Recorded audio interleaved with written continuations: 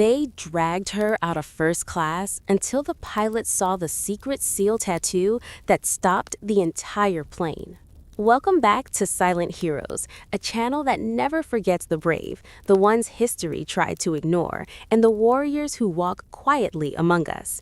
Here, every story is etched into memory, and every hero's courage refuses to be silenced. And today, you're about to witness a moment that will haunt and inspire, a story that no one in this cabin or on this flight could ever forget. Kristen Paul had just settled into seat 3A, a rare first-class seat that smelled faintly of new leather and vanilla polish. She exhaled, feeling the subtle hum of the engines beneath her, the soft cushion cradling her body, the faint sunlight slicing through the windows, illuminating the faint golden flecks in her hair.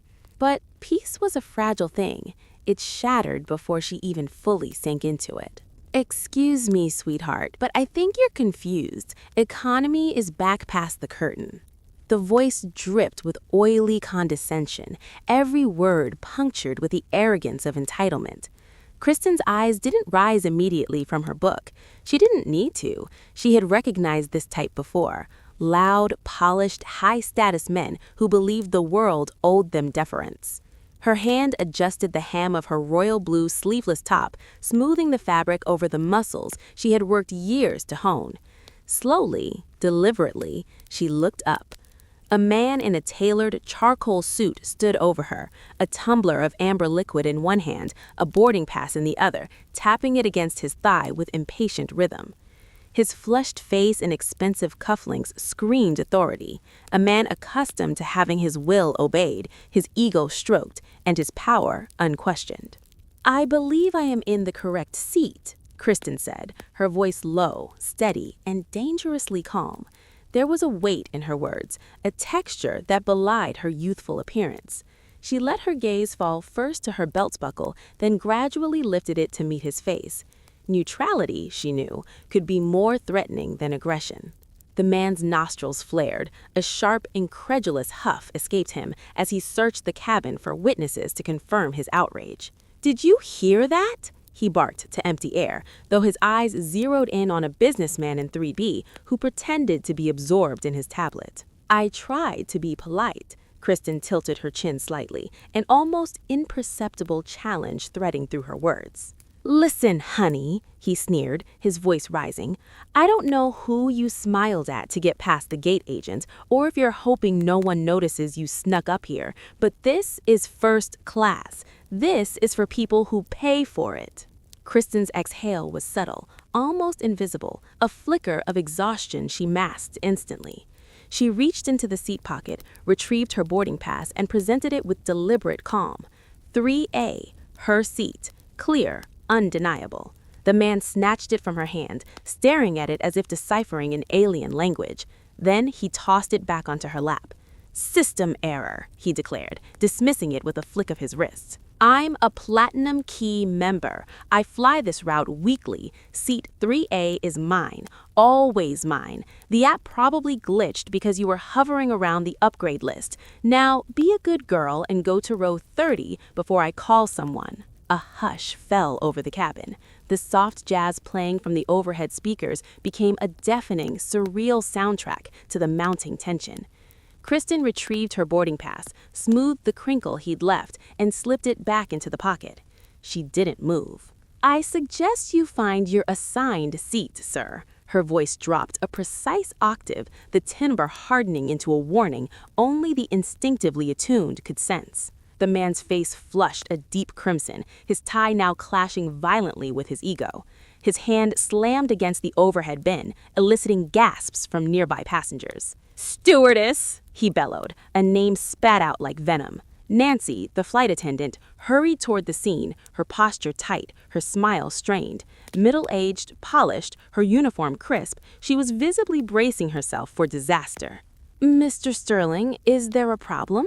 "This woman is in my seat," Sterling fumed, gesturing wildly at Kristen.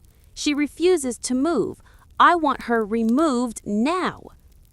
Nancy's eyes swept over Kristen. Blonde, athletic, sleeveless royal blue top, youthful, no wedding ring. The calculation was visible. Young woman, first class, versus high-status frequent flyer.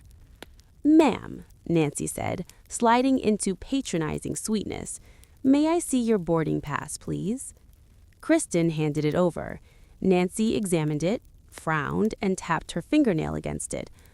"Well, it does say 3A, she murmured, almost to herself. Then she looked up, strained smile flickering. "Ma'am, are you a dependent? Husband? Father? Sometimes upgrades split reservations wrong." Kristen didn't flinch. "I am not a dependent," she enunciated, every syllable surgical. "I purchased the ticket." Sterling groaned. "Nancy, we're 10 minutes from pushback. I have a conference call. This is ridiculous. She's obviously lying. Move her. Give her a voucher. Problem solved." Nancy hesitated, weighing protocol versus pressure, her eyes flicking from Sterling to Kristen. "Ma'am, look," she began. "There's been a mix-up with booking priorities. Mr. Sterling is one of our most valued customers." "No," Kristen said, softly, firmly, immovable. "I paid for the seat. I am sitting here. If he has a grievance with the algorithm, it's not my problem.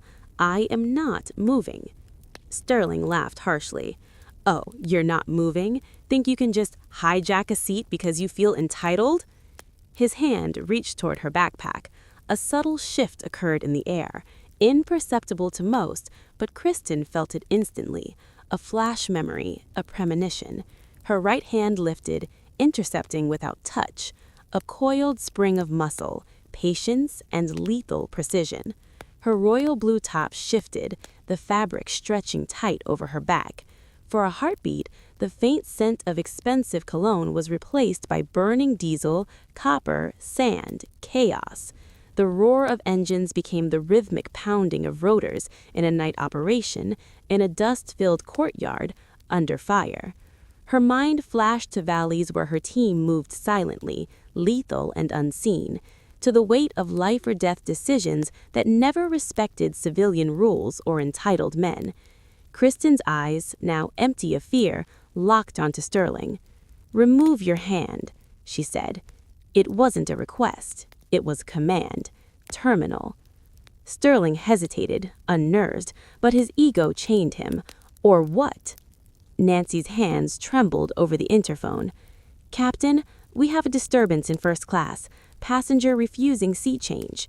Passengers whispered, phones raised, viral content ready to be born. Kristen's posture remained calm, her gaze steady, her presence magnetic and terrifying. Then the cockpit door opened. Captain Mike Hayes emerged, carved from granite, silver hair, eyes weary yet piercing, a man who had flown planes in war zones, storms, and the dead of night. What is going on here? Sterling lunged, words spilling, but Captain Hayes's eyes drifted past him, past the pleading flight attendant, to Kristen. Something caught his attention, her shoulder, her posture, the faint glimmer of something permanent and sharp on her skin. And in that instant, everything in the cabin shifted, until the pilot saw the secret seal tattoo that stopped the entire plane. The cockpit door unlatched with a sharp click that reverberated like a starting gun. Captain Mike Hayes emerged, broad shoulders squared, silver hair reflecting the morning light, eyes scanning the tense cabin with the calm precision of a man trained to detect danger before it existed. He didn't rush. He didn't bark. Every step was measured, deliberate, and yet every passenger felt it as a seismic shift. The oppressive tension clung to the cabin air, suffocating and electric. "What's happening here?" Hayes's voice was low but cut through the murmurs like a blade. Sterling, flush with entitlement, stepped forward, waving a hand in accusation. "Captain, this woman has stolen my seat. The flight attendant ordered her to move. She refused. I demand she be removed immediately." Hayes's gaze swept over Nancy, who was still trembling, her hands clutching the interphone. Then his eyes fell on Kristen Paul, seated like a statue of calm defiance. The cabin seemed to exhale collectively, as if sensing a new authority had entered. "Ma'am," Hayes began, his tone firm yet curious. "We have rules aboard this aircraft. If the flight attendant asks you to move—" Kristen tilted her head slightly, letting her shoulders shift just enough for the blue fabric of her top to tighten across her back. And there it was, the mark that froze Hayes mid-sentence. An anchor intertwined with a trident, an eagle poised for flight, and the unmistakable outline of a flintlock pistol. Dark, precise lines, each inked with purpose, each line telling a story the casual observer could not comprehend. A jagged inscription beneath it, so specific it immediately triggered recognition in the captain's trained eyes. Time slowed. Sterling's smug expression faltered as Hayes's pupils narrowed. The entire cabin seemed suspended in disbelief. The whispers stopped. Cameras were lowered. Something ancient, lethal, and unspoken passed silently from Kristen to the captain. "Do you know what this means?" Hayes murmured, almost to himself. His voice hardened. This was no ordinary passenger, no ordinary first-class dispute. His mind raced, recalling classified briefings, personnel files, and debriefing reports he wasn't supposed to remember outside secure facilities. Kristen's eyes remained steady, piercing through the man who had tried to dominate her mere minutes before. Her posture was calm, yet every muscle coiled, every fiber ready. The tattoo wasn't decorative, it was earned in fire, blood, and shadows. Hayes turned slowly, letting his eyes sweep over the cabin, silently demanding attention. The dead silence stretched into a tangible wall. Passengers shifted nervously, some glancing at their neighbors, realizing they were witnessing something they would not forget. "This woman," Hayes said, his voice now audible to every ear in first class, "is not merely a passenger. She is a Navy SEAL, Special Warfare, Senior Chief, the first woman to complete the full pipeline and operate with DevGru in active combat." A collective gasp went through the cabin. Sterling's face drained of color. He opened his mouth, stammered, but no words formed.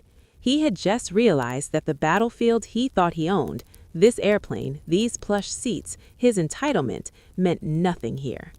Hayes stepped closer, allowing the morning sunlight to hit the tattoo fully. Every detail, the anchor for grounded loyalty, the eagle for vigilance, the trident for the teams, and the flintlock for precision under fire, was visible. And the small golden star woven into the design spoke volumes to anyone who knew. Silver Star, valor, survival, loss, leadership. Kristen didn't flinch under the scrutiny. She didn't need to. Her eyes, cold and focused, carried the weight of countless operations, midnight extractions, ambushes survived, and comrades lost. She had been in places where death was a constant companion, and victory came only when she ignored the world's rules entirely. Nancy, still holding her champagne flute for balance, felt her knees weaken. She had unknowingly been the bystander to the unfolding revelation of a living legend in her aisle. The tension that had made her hesitate now morphed into awe. Hayes's voice carried again, sharper this time, the authority of experience echoing through the cabin. "This is Chief Kristen Paul. She has extracted ambassadors under enemy fire. She has survived ambushes that wiped out entire teams. She carries the scars and honors of operations you cannot begin to comprehend." Sterling swallowed hard, his confidence evaporating. He tried to interject, to argue, but Hayes's glare pinned him like a rifle sight. "You tried to remove her from her seat for your comfort, for your ego. You were about to assault a decorated warrior who has risked everything for the freedom and safety you take for granted every single day." The cabin was silent. No whispers, no phones, no soft jazz. Just the weight of history pressing down on every passenger. A plane full of entitled civilians suddenly understood the gravity of understatement versus lived experience. Kristen remained poised, calm, steady, unreadable. But the story of her life, the brutal missions, the deadly calculations, the moments when survival hung by a thread, flashed in every line of her posture. Hayes recognized it instantly, the control, the patience, the unshakable focus that only comes from witnessing chaos and knowing when to move, when to wait, and when to strike. Hayes's hands moved instinctively to his intercom. Tower, this is American Flight 492. We have a security incident. High priority passenger aboard. Requesting immediate JSOC liaison and ground support. Sterling's smug arrogance faltered entirely. His mind raced, trying to reconcile the image of the woman he had insulted with the terror he now felt. Every rationalization failed. He was powerless, unworthy, and utterly exposed. The captain continued, addressing the cabin and Sterling simultaneously. You are about to witness a reality most people never see. This woman does not fly for comfort. She flies for duty. She flies with honors most men and women only dream of, and she will remain in her seat. The seal tattoo on her back became more than ink. It became a symbol of justice, of experience, of absolute authority. No entitlement, no platinum key, no arrogant superiority could negate it. The very presence of it shifted the hierarchy aboard the plane. Kristen's eyes flicked once to Sterling. A glance, minimal, but enough. He recoiled instinctively, understanding on a visceral level that he had tried to confront someone who could end him without hesitation. Every micro-expression of superiority he had displayed moments before collapsed into fear and awe. Hayes's voice rumbled again, slower, deliberate. You wanted to remove a warrior from her seat? You wanted to assert dominance over someone whose life has saved countless others? You have no authority here. Your power means nothing. You are being removed, not she. The sudden pivot of power was complete. Passengers stared in stunned silence, some reaching for their phones, yet hesitant, realizing that recording this moment felt almost sacrilegious. The weight of history, valor, and sacrifice had descended on them all.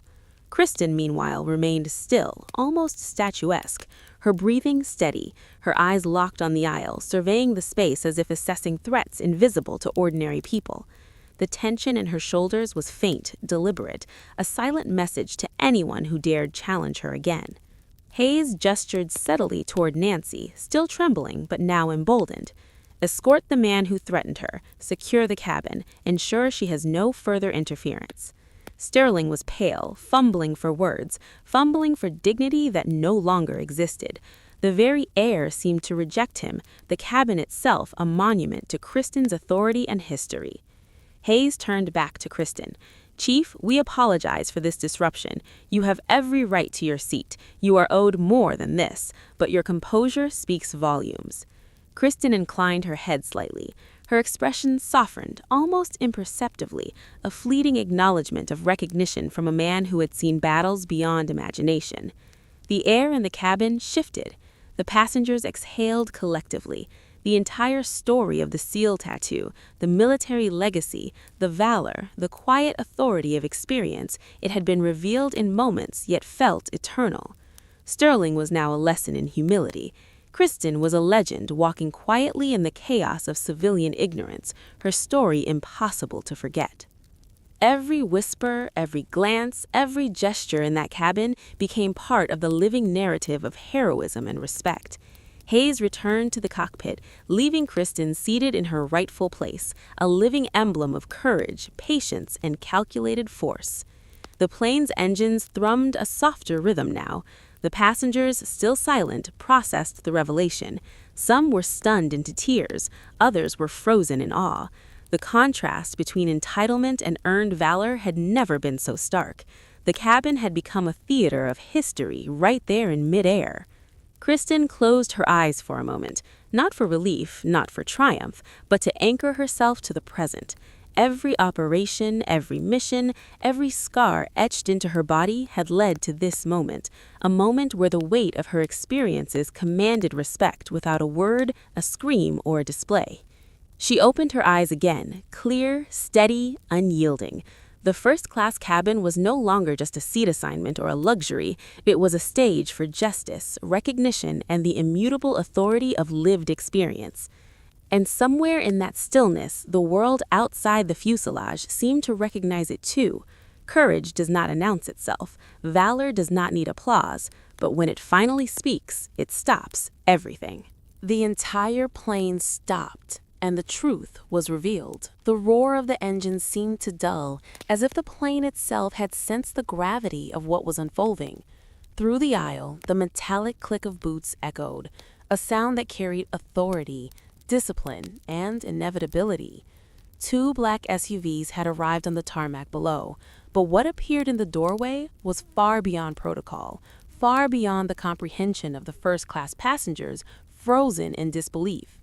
A Navy Rear Admiral strode into the cabin, ribbons stacked proudly on his khaki uniform, eyes scanning the passengers with precision.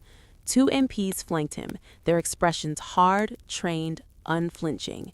Beside them, a woman in a sharp gray suit radiated authority so palpable that even Sterling, still flushed with rage moments ago, took an involuntary step back. "Where is she?" the Admiral's voice boomed, carrying over the tense silence. Every word hit like a command detonating in the enclosed space. Sterling, ever confident, raised his chin, smug, certain he had orchestrated the ultimate humiliation. "Right here," he said, pointing at Kristen, as if she were the problem. The Admiral didn't even glance at Sterling. He navigated the aisle with the weight of decades of experience, stopping directly in front of Kristen Paul. The cabin collectively held its breath. The moment stretched, thick with anticipation, charged like the calm before an electrical storm. Kristen rose slowly, smoothing her royal blue top, her movements measured and deliberate. She looked at the Admiral, offering a subtle nod of acknowledgement. "Hello, sir," she said, her tone calm but infused with the understated authority of someone who had lived through chaos and emerged intact. The Admiral's salute was crisp, precise, a ceremonial acknowledgement of true valor, not from officer to subordinate, but from a legend to another. "Chief Paul," he said, dropping his hand only after she returned the gesture. His eyes, hard and unwavering, reflected recognition that went beyond protocol. "I was informed there was an issue with your transport," he said, voice firm, commanding, yet with respect. "Just a misunderstanding, Admiral," Kristen replied softly. There was no arrogance, no defensiveness, only measured calm. Sterling, meanwhile, pale and disbelieving, watched as the Admiral turned his gaze slowly toward him. The realization dawned. The people around him, the pilot, the MPs, the Admiral, knew who Kristen really was, and he just tried to confront her. "You attempted to evict Chief Petty Officer Kristen Paul from her seat?" The Admiral's voice was a weapon in itself, cutting through Sterling's arrogance. The humiliation was instantaneous, visible in every tremor of his posture. I didn't know," he stammered. Words failed him. He was suddenly small, irrelevant, unworthy. "This is a senior chief special warfare operator, the first woman to complete the full pipeline with the development group. 4 Purple Hearts. She extracted 3 men from a burning helicopter under enemy fire while sustaining wounds herself. And she flies today to Washington to receive a Medal of Honor, a mission you could never comprehend, Mr. Sterling." The cabin gasped audibly. Phones lowered, whispers halted. Every eye in the room shifted, caught between shock and awe. The woman they had dismissed, judged, and underestimated for a mere seat upgrade was a living legend, a hero in a narrative that dwarfed any sense of entitlement. Sterling's face was a mask of disbelief. He tried to speak again, but the words stuck in his throat. He had thought power was in status, money, or seat numbers. He now realized that true authority lay in courage, experience, and sacrifices witnessed only by the world's most dangerous theaters. The Admiral leaned closer to Sterling, his eyes steely. "She is flying here for honor, sir, for recognition of actions that saved lives, that shaped operations, that defined bravery beyond your imagination. And you thought your comfort mattered more." Sterling sank back into his seat, his expression collapsing into shame as the cabin absorbed the lesson in real time. Applause started quietly in row 10, then spread. The people were clapping, not for conflict or spectacle, but for the woman who had sat quietly, unassuming, and yet whose life had altered the course of countless others. Kristen remained seated, calm, unyielding. Her eyes scanned the cabin briefly, then settled on the window, watching the world pass beneath her. She didn't smile, didn't boast. The battlefield, the smoke, The chaos and the missions of her past weighed in her posture, her calm, her authority. Captain Hayes returned to the intercom, his voice steady, commanding, imbued with reverence. "Ladies and gentlemen, I apologize for the delay. We are cleared for departure, and to the passenger in 3A, it is an honor to have you aboard. Drinks are on the house for everyone in first class today, except for the empty seat in 3B. The irony was not lost on anyone. Sterling's seat remained empty, a silent monument to entitlement defeated by valor. Passengers whispered, some laughing softly, others shaking their heads in disbelief. Every look at Kristen carried recognition, awe, and respect. Kristen closed her eyes for a brief second, letting the vibrations of the plane grounding and taking off echo like distant memories.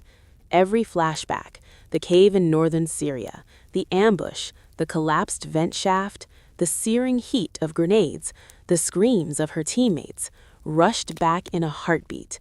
Miller, her team leader, barely alive, his weight dragging against her back as bullets and fire rained down.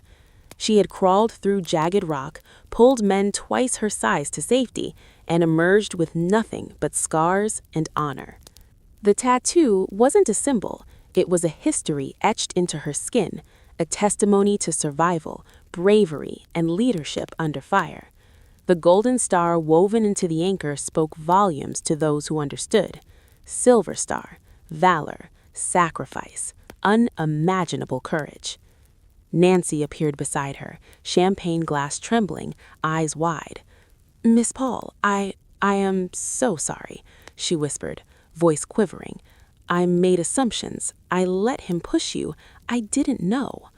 Kristen took the glass from her, nodding slightly. Her voice was soft, controlled, but heavy with authority. "Standards matter, Nancy, not who wears the suit or carries the title. Respect is earned, and rules are for everyone." Nancy nodded fervently, tears in her eyes. "I won't forget, I promise." Kristen returned her gaze to the window. The city beneath them was a blur, the sun reflecting off buildings, the roads, and the tiny lives unaware of the story playing out above them.